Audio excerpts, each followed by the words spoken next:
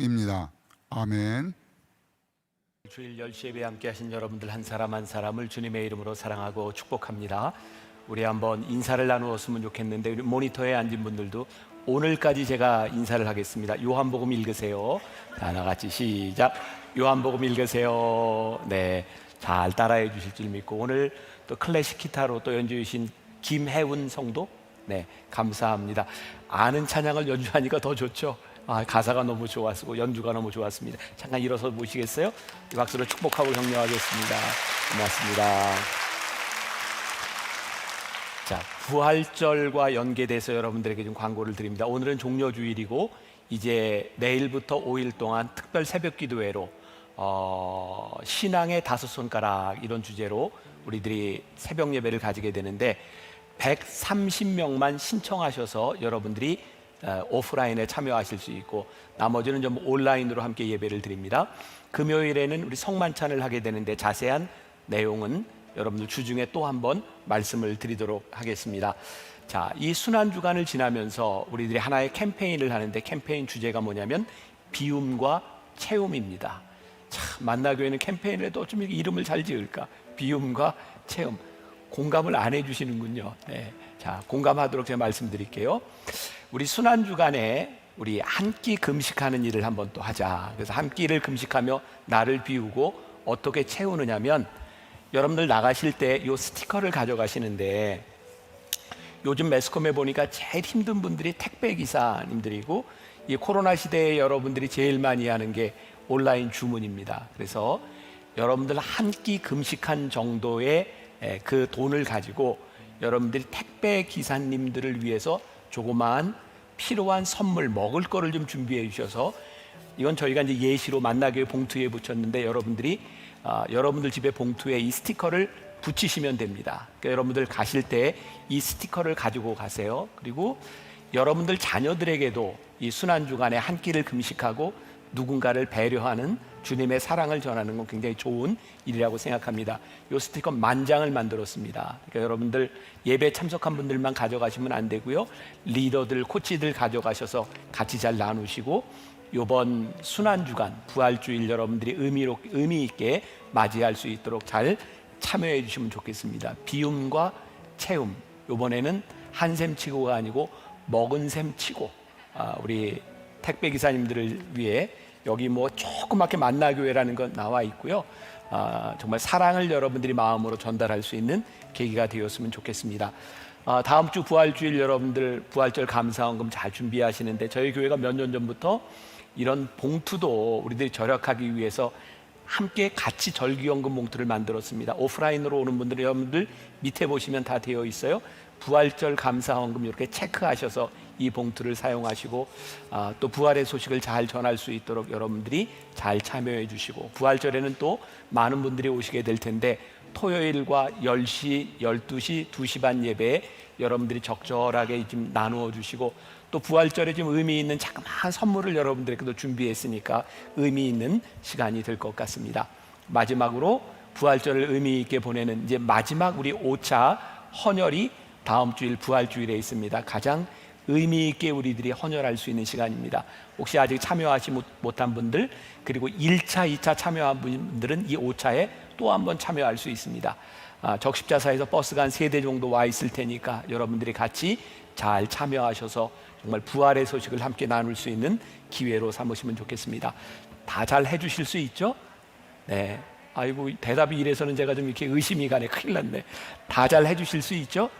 네, 고맙습니다. 자, 오늘 예수님과 함께 우리들 4번째 말씀 시리즈로 요한복음에만 나와 있는 사복음서 중에 그런 예수님에 관련된 이야기들로 나누고 있습니다. 오늘 말씀의 제목은 나와 무슨 상관이 있나이까, 이런 제목이에요. 아마 이 말씀은 여러분들이 신앙생활하면서 그동안 정말 많이 들어보았음직한 그런 말씀입니다. 자, 요한복음 2장 11절, 장로님이 봉독했던 부분이 있죠. 같이 한번 보세요. 요한복음 2장 11절 같이 봅니다. 시작. 예수께서 이 첫 표적을 갈릴리 가나에서 행하여 그의 영광을 나타내심에 제자들이 그를 믿으니라. 여기 눈에 딱 들어오는 말이 첫 표적이라고 하는 말이 있고, 하나님의 영광을 나타내심에 제자들이 그를 믿었더라라는 부분들이 있습니다. 오늘 말씀을 묵상하는 중에 저에게는 몇 가지가 이제 들어오게 되었는데, 하나는 오늘 기적은 예수님이 계획하신 예수님의 의도에 따라 기적이 일어나고 있지 않다는 거였어요. 자, 기적이란 무엇일까? 예수님이 필요해서 만드신 것이 기적이 아니라 사실은 우리 인간들의 필요에 의해서 일어나는 것이 기적이구나. 그래서 인간들의 필요가 자신의 한계 상황에서 하나님의 능력을 만날 때 나타나는 것이 기적이다. 그러면 이 세상을 살아가는 우리들 중에 한계 상황을 만나지 않는 사람이 누가 있겠습니까? 그런데 그 한계 상황 가운데서 우리들이 주님을 만날 때, 하나님의 능력을 만날 때 기적이 일어나는 것이라면 오늘 우리들의 삶에서도 이 기적이 일어나야 하지 않겠는가? 이 표적이 오늘 우리 가운데도 일어나야 하지 않겠는가? 이 말씀을 함께 나누려고 하는 거예요. 자, 요한복음 2장 1절과 2절을 다시 한번 봅니다. 말씀을 잘 생각하며 보세요. 사흘째 되던 날 갈릴리 가나에 혼례가 있어 예수의 어머니도 거기 계시고 예수와 그 제자들도 혼례에 청함을 받았더니, 아마 문맥상 예수님의 어머니가 먼저 거기에 계셨던 것 같고, 그리고 예수님과 제자들이 거기에 손님으로 청함을 받았다. 그런데 예수님이 청함을 받고 예수님의 어머니도 이미 거기 계셨다라고 하는 말을 통해서 이 가정과 예수님의 가정 사이에 어쩌면 인척관계가 되지 않았을까라는 생각도 하게 됩니다. 그러나 이 결혼식의 혼주는 아니었고 예수님과 어머니가 이 결혼에 대해 책임이 있었던 것은 아니다라는 것을 유추해 볼 수 있겠죠. 자, 1절부터 3절까지를 그 유진 피터슨의 메시지 성경에 보면 이렇게 쉽게 설명을 해놓고 있어요. 제가 읽어드립니다. 사흘 후에 갈릴리 가나 마을에서 결혼식이 있었다. 예수의 어머니가 그곳에 있었고 예수와 제자들도 거기에 뭐로 있었다? 손님으로 있었다. 결혼잔치에 포도주가 떨어져 가자 예수의 어머니가 예수께 말했다. 포도주가 거의 바닥났구나. 예수님이 문제 해결자로 지금 이 결혼식에 참여하신 것이 아니라 주님은 뭐로 계셨다? 손님으로 그 자리에 계셨다. 중요한 건 손님이지만 예수님이 거기 계셨다. 예수님이 거기 계셨지만 예수님은 손님으로 계셨다. 그러나 중요한 것 중에 하나는 예수님의 어머니와 어떤 관계 속에서 이 혼례에 관계할 수 있는 위치에 있었다. 자, 이걸 우리들의 머릿속에 넣고 이제 말씀으로 들어가요. 자, 이제 오늘 말씀의 제목인 무슨 상관이 있습니까? 이 부분에 우리들이 집중해 보려고 합니다. 아마 이 관계에 대한 부분은 우리들이 앞으로 말씀을 나누면서도 그렇고 여러분들이 성경을 보면서 기적에 대한 사건이 일어날 때마다 여러분들이 영적으로 물어야 되는 부분입니다. 무슨 관계에서 이런 기적이 일어나고 있는가? 그래서 오늘 말씀은 성경을 이해하는 데 굉장히 중요한 부분이고, 여러분들이 앞으로 말씀을 볼 때 관계에 집중해서 보면 성경을 더 잘 이해할 수 있는 부분이기도 합니다. 그리고 이 물음 후에 나와 무슨 상관이 있나이까 라고 하는 것, 그리고 그 다음에 명령을 통해 기적이 일어나고 있죠. 자, 오늘 요한복음 2장 5절 말씀, 그의 어머니가 마리아에게 하인들에게 이르되 너희에게 무슨 말씀을 하시든지 그대로 하라 하니라. 무슨 말씀을 하시든지 그대로 해라. 예수님께서 하인들에게 무슨 말씀을 하실지 마리아는 몰랐어요. 근데 예수님께서 관계를 물으셨을 때 그 관계에 대한 물음을 듣고 마리아는 예수님이 뭐라고 하시든지 너희들 그대로 해라 이렇게 말씀하고 있어요. 자, 여기에 주인과 종의 관계가 나오고 있습니다. 자, 주인의 말에 순종하는 종은 신실하죠. 근데 이 신실함의 정도는 어디에 기인할까요? 여러분, 종은요 순종을 하든 복종을 하든 주인의 말에 듣습니다. 근데 순종을 할 수도 있고 복종을 할 수도 있어요. 차이는 뭘까요? 순종은 내가 기꺼이 원해서 따라가는 거고, 복종은 원하지 않아도 따라가야 되는 거죠. 어떻게 보면 복종이라고 하는 말 가운데는 굴종적인 모습이 있을지도 모르겠어요. 그럼 하인은 어느 때 주인에게 순종하는 마음이 들까요? 야, 저 주인은 신실해. 저 주인의 말을 따르면 잘못될 게 없어. 주인에 대한 신실한 믿음을 가지고 있을 때 종은 순종하게 되겠죠. 어쩌면 마리아가 하인들에게 하고 있는 이 명령은 사실 주님과 하인들 사이의 문제가 아니라 주님과 마리아 사이의 문제였을 것이다 라는 생각을 합니다. 왜냐하면 하인들은 어쨌든 주인이 시키는 대로 하는 사람이니까. 근데 마리아가 무엇이든지 하라라고 하는 이 말씀 가운데는 마리아와 주님 사이의 관계에 대한 문제가 풀어지고 있는 것을 보게 돼요. 자, 어떤 상황인가요? 마리아가 처음 예수님을 잉태했을 때 마리아가 받아들이기가 굉장히 힘들었죠. 그래서 누가복음 1장에는 유명한 수태고지, 천사가 나타서 마리아에게 네가 메시아를, 하나님의 약속하신 메시아를 낳을 것이다 라고 말을 하죠. 근데 그거 받아들이기가 힘들었어요. 아니, 어떻게 처녀가 잉태하여 아들을 낳습니까? 그런데 여러 가지 상황과 환상과 이 말씀들을 통해서, 우리들이 크리스마스 때 많이 듣는 말씀들을 통해서 마리아가 믿음으로 봤죠. 아, 하나님께서 성령으로 잉태하게 하셨구나. 그때 분명히 이 자식은 단순히 나의 육신의 자식이 아니라 하나님께서 이 땅 위에 메시아로 보내주신 하나님의 아들이라는 믿음 고백을 하고 있어요. 근데 그리고 나서 몇 년의 시간이 흘러요? 30여 년의 시간이 흘러간 거예요. 그 시간 가운데 예수님과 마리아 사이에는 하나님께서 약속해 주셨던 그런 도식이 아니라 육신의 아들로서의 그 예수님의 모습이 얼마나 깊게 자리 잡고 있었겠습니까? 그런데 오늘 여기에서 예수님께서 묻고 계시는 거예요. 당신이 나와 무슨 상관이 있습니까? 마리아는 여기에서 예수님을 다시 깊게 생각했을 것 같습니다. 그리고 오늘 저는 이런 생각을 하게 돼요. 우리의 삶에서 기적이 일어나야 되는 순간에, 그 순간은 어쩌면 매너리즘에 빠져있던 우리의 신앙을 점검하고 하나님과 우리들 사이의 관계를 다시 한번 생각하게 하는 그런 순간이다. 오늘 우리들의 삶에 위기가 찾아왔을 때, 아니 혼례 잔치에서 잔치를 하고 있는 이 상황에 위기가 찾아왔을 때 예수님과의 관계를 생각한 것, 이것이 오늘 기적을 일으키는 사건이었다. 지난해 초에 어떤 가정이 저에게 상담을 요청했습니다. 기도를 부탁하기에 기도했지만 어떤 문제가 있는지 저는 알지 못했어요.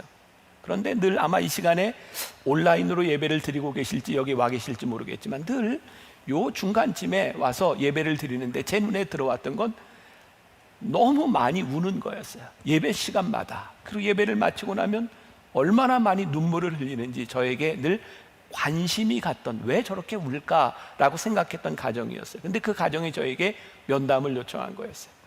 내용을 듣고 그럴 수밖에 없었구나라는 생각을 했어요. 30대 초반의 나이에 그 아들이 회사에서 일하다가 집에 돌아왔는데 그냥 어지럽고 머리 아프고 그냥 말이 조금 어눌해졌다고 생각했는데 그날 밤에 응급실에 들어갔어요. 그리고 한 번도 깨어나지 못하고 수술을 받고 중환자실에서 그렇게 세상을 떠났어요. 하나밖에 없는 아들이 그렇게 세상을 떠났을 때 그 엄마와 아버지의 마음이 얼마나 많이 아팠겠습니까? 그 상황에서 저희 교회를 나오게 된 거예요. 그리고 수년 동안 이전의 교회에서 있었던 상처 때문에 교회를 떠나 있고 신앙을 떠나 있었는데 그 아들로 인하여 다시 이 신앙 가운데 들어오게 됐어요. 그리고 저에게 상담을 요청한 것은 어떤 내용이었냐면, 그렇게 시간이 지나갔는데 어느 날 회사에서 연락이 왔대요. 가족들을 위해 위로금이라고 회사에서 돈이 나왔는데 그 돈이 굉장히 큰 액수의 돈이었어요. 그리고 아들의 생명값을 그냥 쓸 수 없으니 이 아들의 생명값으로 나오는 이 돈을 가지고 의미 있게 썼으면 좋겠다고 그 부모님이 헌금을 가지고 나왔을 때 그분들이 어떤 마음이었겠어요? 이렇게 울면서 이야기하는 그 어머니가 이렇게 이야기를 하더라고요. 목사님, 죽음을 통해서, 우리 아들의 죽음을 통해서 하나님이 우리 가정을 다시 부르신 것은 알겠는데 이 아들의 죽음을 통해서 왜 하나님이 우리를 부르시는지 그게 저는 이해가 되지 않아요. 제가 그분에게 이렇게 얘기를 했습니다. 아니, 제가 이런 얘기밖에 할 수 없었을지 몰라요.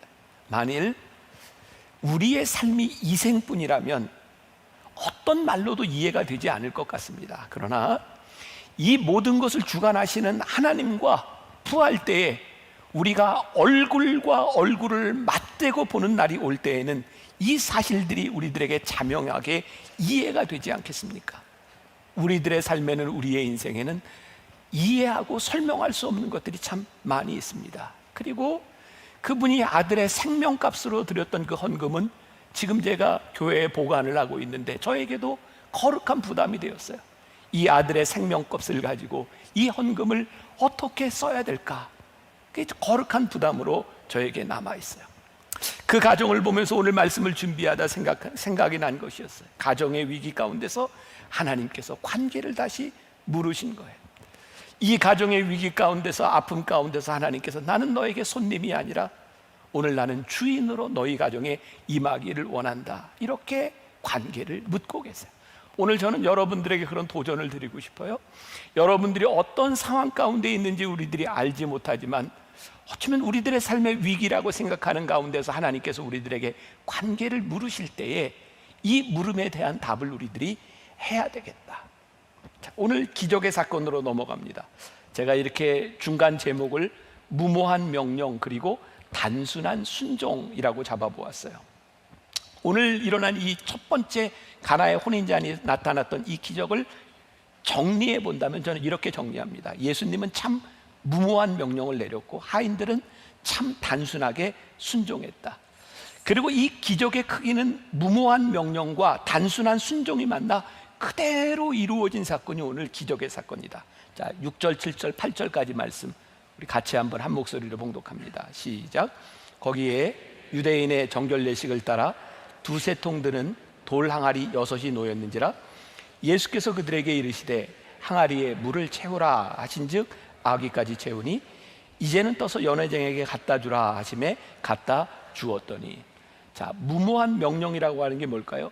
포도주가 떨어진 것과 정결 예식을 위해서 밖에 놔둔 항아리하고 무슨 상관이 있겠습니까? 근데 예수님이 거기에 물을 채우라 하셨으니 이게 얼마나 무모한 명령입니까? 단순한 순종이란 무엇일까요? 아무 연관성 없는 일을 예수님께서 명령하시고 이 비현실적인 일을 말씀하실 때 이해할 수 없는 상황 가운데서 그들은 단순하게 순종했다는 거예요. 순종을 해도 너무 순종을 한 거예요. 아기까지 채우니라고 되어 있죠.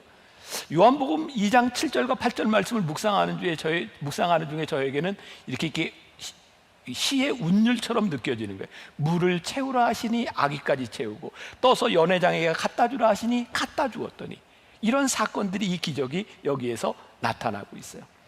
그렇게 명령하고 순종한 대로 한 일들이 기적이 되어버린 거예요.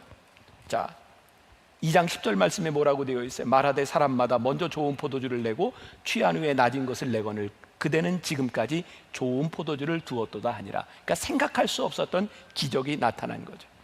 제가 오늘 이 말씀도 우리 평신도 묵상팀과 함께 제가 설교 원고를 주고 어떤 생각을 했는지 이렇게 나누게 되었어요.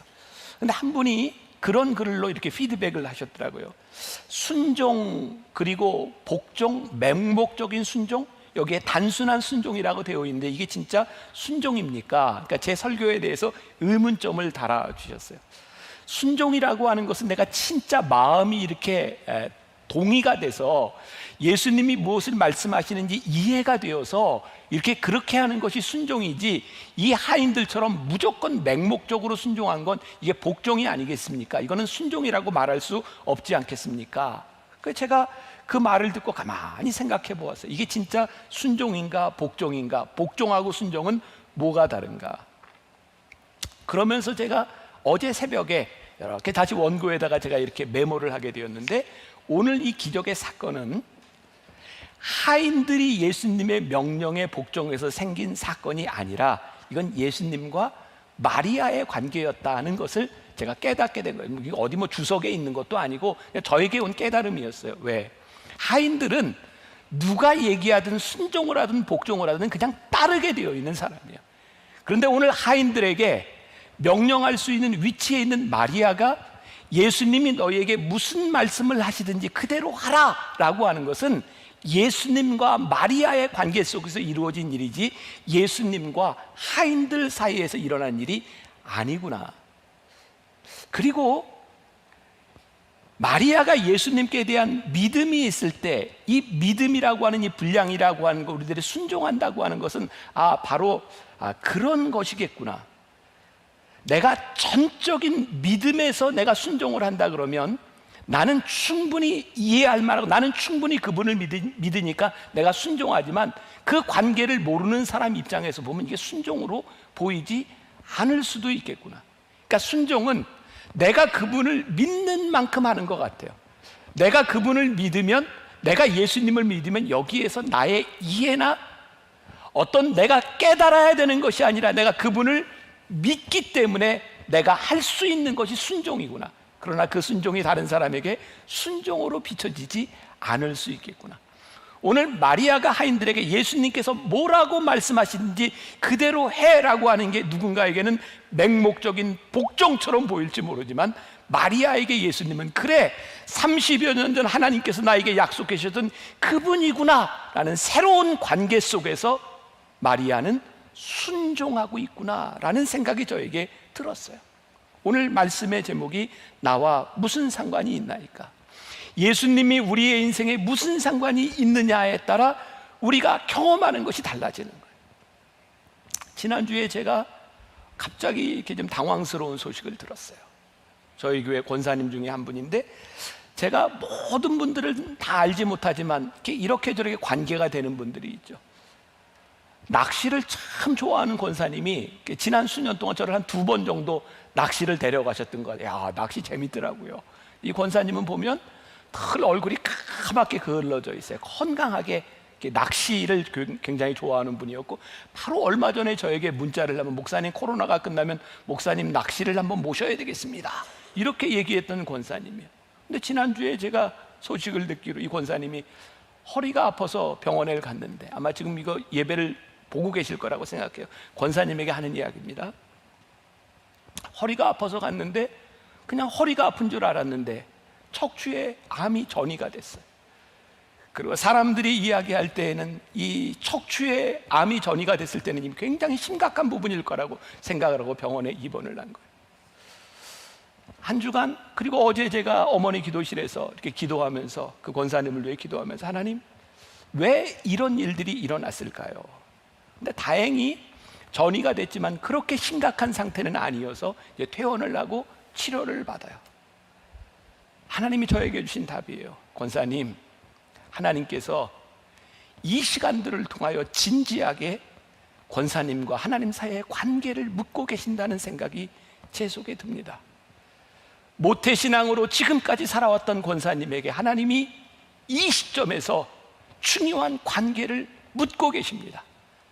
하나님이 이 관계 속에서 행하실 일이 분명히 있는 줄 믿습니다. 아마 이제 힘들게 투병의 기간을 지나가고 있을 거예요. 그 권사님뿐만 아니라 우리 성도들 가운데 이 어려운 시간들을 지나가고 있는 분들이 분명히 많이 있을 거예요. 근데 오늘 제가 여러분들에게 말합니다. 이 시간에, 이 시점에서 하나님께서 여러분들에게 관계를 묻고 계십니다. 하나님과의 관계가 무엇인지를 묻고 거기에 대답하는 사람들에게는 인생이 기대할 것이 있지만, 하나님과의 관계를 심각하게 생각하지 않는 사람들에게는 기대할 것이 없는 인생입니다. 오늘 기적은 하나님과의 관계 속에서 일어나는 기대되는 일이에요. 2019년 12월 제가 설교 시간에 몇 번 이야기했죠. 우리 동산지기들과 함께 대만에 갔었던 이야기. 사실 제가 늘 그런 것 같아요. 한 가지 일로는 가기가 힘들고, 거기에 이제 대만 교회에 집회가 잡혀 있었기 때문에 가는 김에 동산지기들 위로해 겸 그쪽으로 간 거예요. 저는 먼저 가서 이렇게 집회를 인도하고 세미나를 인도하고 하는데, 한 교회 이렇게 말씀을 인도하게 됐어요. 그리고 저는 대만에 대한 이해가 없었어요. 저는 그냥 선교지라고 생각하고 갔는데, 대만 까오슝이라고 하는 지역에 갔을 때 거기 그렇게 부흥의 역사가 일어나고 있는 걸 보고 깜짝 놀랐어요. 제가 가려고 했던 그 교회는 출석 성도가 한 3,000명 정도 되는 그런 큰 교회였다고 해요. 제가 이렇게 식사를 하는데 그 목사님이 저에게 이야기를 하는 거예요. 목사님, 우리 교회가 3,000명 정도 교인이 모일 때 교회 건축을 하려고 했는데 건축하다 문제가 생겼어요. 근데 그 와중에 12명의 부목사님들이 교인들을 데리고 다 나갔어요.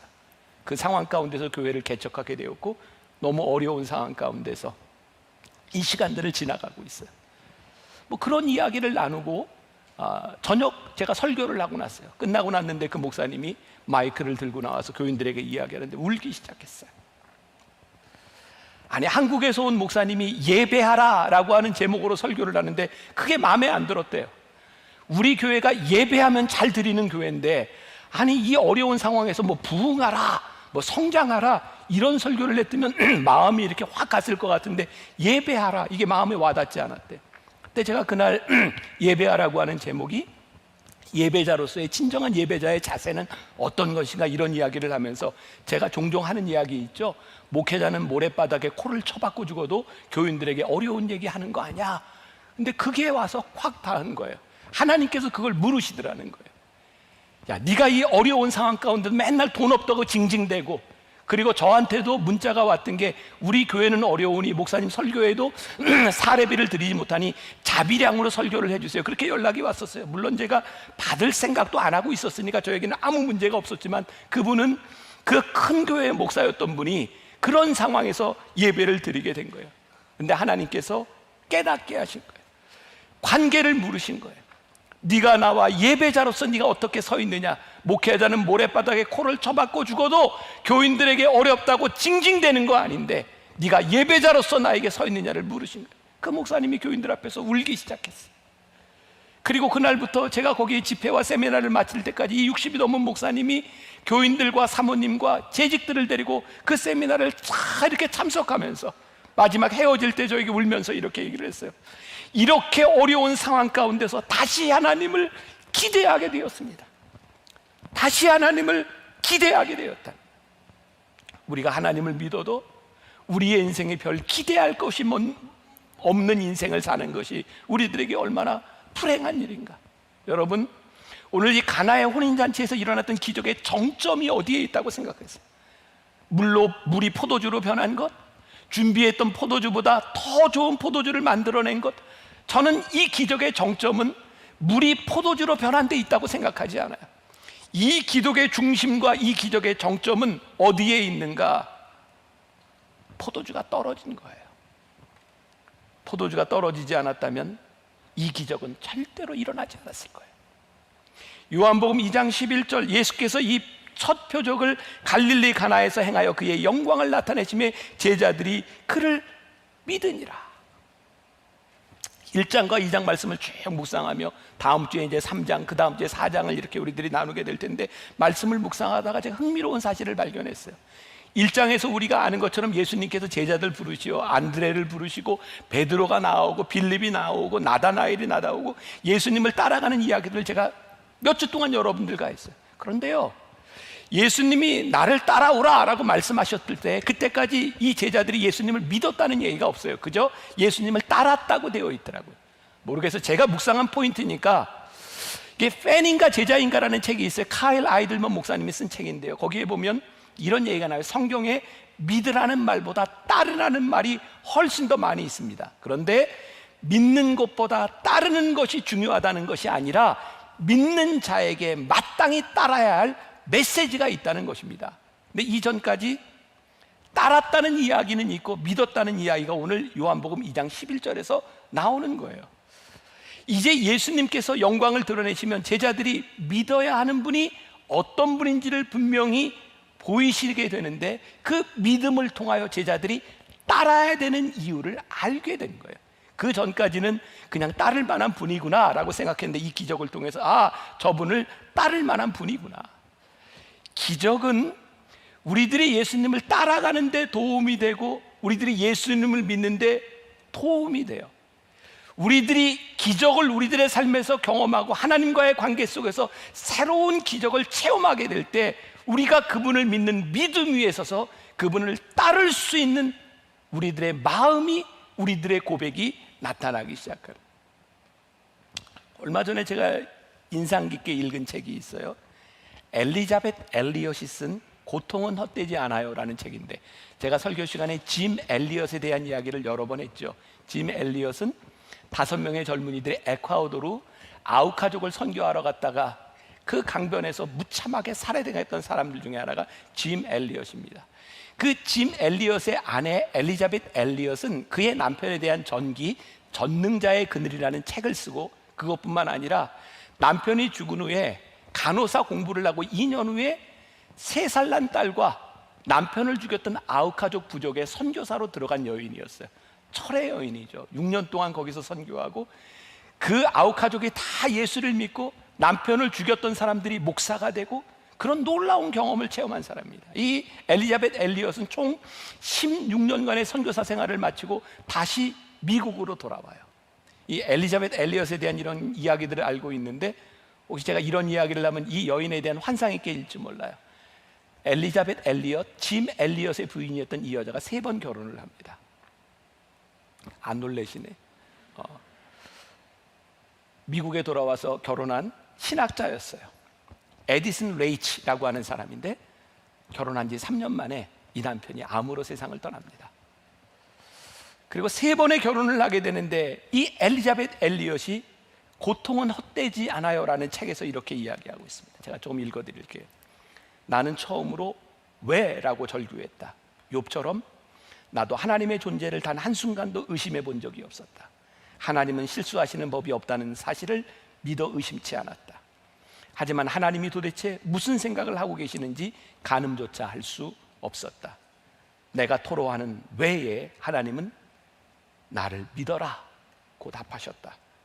어떤 설명도 없었다. 그냥 하나님을 믿으라는 것이다. 이것이 하나님이 내게 주신 메시지였다. 당시 내 믿음은 하나님이 내 기도에 내가 원하는 응답을 주셔야 한다는 믿음이었다. 그런 믿음이 허물어지기 시작했다. 이제 하나님의 성품 위에 내 믿음을 다시 세워야 했다.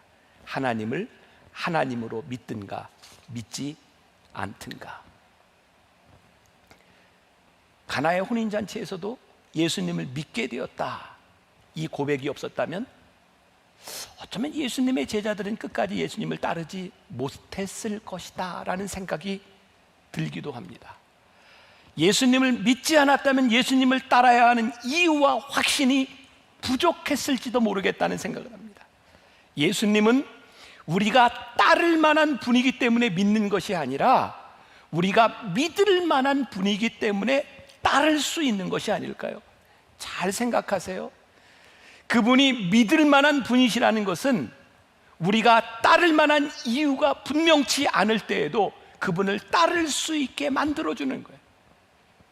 우리가 그분을 따라가기 때문에 믿는 것이 아니라 믿기 때문에 따라갈 때 우리의 인생에 버겁게 느껴지고 우리가 이해할 수 없는 상황 가운데서 하나님, 제가 주님을 따라가기에는 힘들고 버겁고 제가 제 힘으로 감당할 수 없습니다라는 생각하는 그 순간에도 하나님을 믿기 때문에 끝까지 따라갈 수 있는 이유를 우리들에게 주시는 거예요.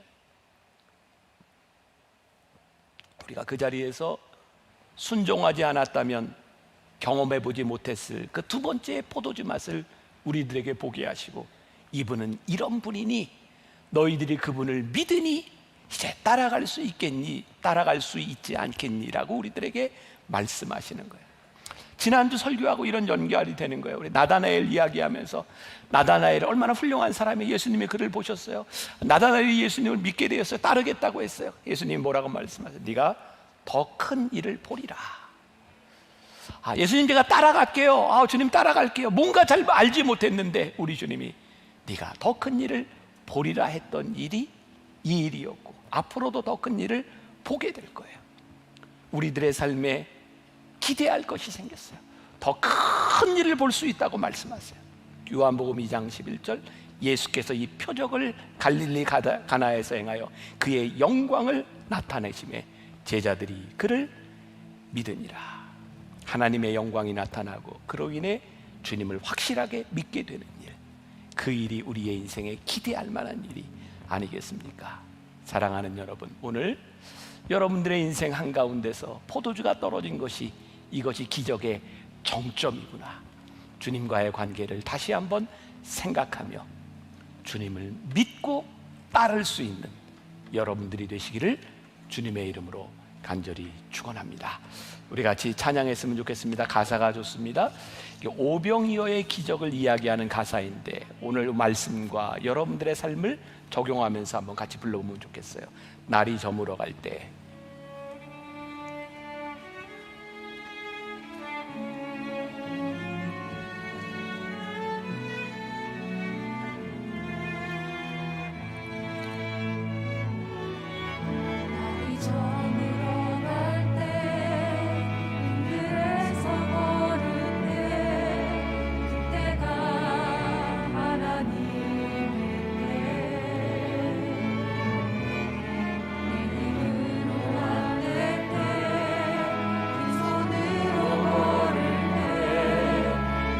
고백해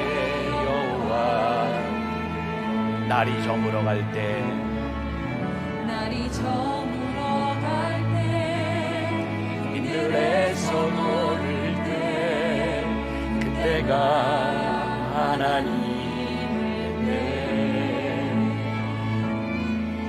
때내 힘으로 안 될 때 빈손으로 걸을 때 내가 고백해 여호와 이래 주가 일하시네 주가 일하시네 주가 일하시네 주께 맡기지 않는 자에게 주가 일하시네 주가 일하시네 신뢰하며 걷는 자 주가 일하시네 주가 일하시네 주가 일하시네 주께 아끼지 않는 자에게 주가 일하시네 주가 일하시네 신뢰하며 걷는 자의 주가 일하시네 주가 일하시네 주가 일하시네 주께 아끼지 않는 자에게 주가 일하시네 주가 일하시네 신뢰하며 걷는 자의 주가 일하시네 주가 일하시네 주가 일하시네 주께 아끼지 않는 자에게 주가 일하시네 주가 일하시네 신뢰하며 걷는 자에게 이 시간을 제가 우리 성도들을 위해서 중보하며 기도하고 싶습니다. 여러분들 필요하다면 가슴에 손을 얹고 그냥 기도해도 괜찮고 제가 여러분들 위해 기도하겠습니다. 하나님, 가슴에 손을 얹고 기도하는 우리 성도들을 중보하며 기도합니다. 하나님, 우리의 삶에는 내가 이해할 수 없는 일들이 참 많습니다. 그런데 우리 생의 한복판에 찾아오셔서 주님이 우리들에게 물으십니다. 너는 나와 무슨 상관이 있니? 너는 나와 무슨 상관이 있니? 이때 마리아는 예수님이 무엇라 말씀하시든 너희는 그대로 하라고 하인들에게 이야기했는데 이것은 하인들의 이야기가 아니라 마리아의 고백이었습니다. 하나님, 주님께서 우리들에게 무엇을 말씀하시든 주님이 우리들에게 어디로 인도해 가시든 하나님의 기적이 우리의 인생에 일어날 줄 믿습니다. 우리의 삶 안에 기대할 만한 일들이 일어날 줄 믿습니다. 그 기적을 보며 그들이 주님을 믿었던 것처럼 우리 사랑하는 성도들의 삶 가운데서 하나님이 역사하시는 손길을 바라보며 우리가 주님을 믿는 고백 위에 든든히 세워지게 하여 주옵소서. 내가 너와 함께하리라. 내가 너를 붙잡아 주리라. 내가 의로운 오른손으로 너를 붙들리라. 내가 너의 우편에서 그늘이 되어주리라. 약속하시고 역사하신 하나님이 내 믿음의 고백이 되게 하여 주옵소서. 지금은 우리 주 예수 그리스도의 은혜와 하나님 아버지의 무한하신 사랑과 성령의 인도하심이 이번 순환주의를 믿음으로 잘 지키며 영광의 부활절을 맞이하기를 소원하며 나가는 당신의 사랑하는 모든 백성들 위해 지금부터 영원까지 함께 하시기를 간절히 축원하옵나이다. 아멘.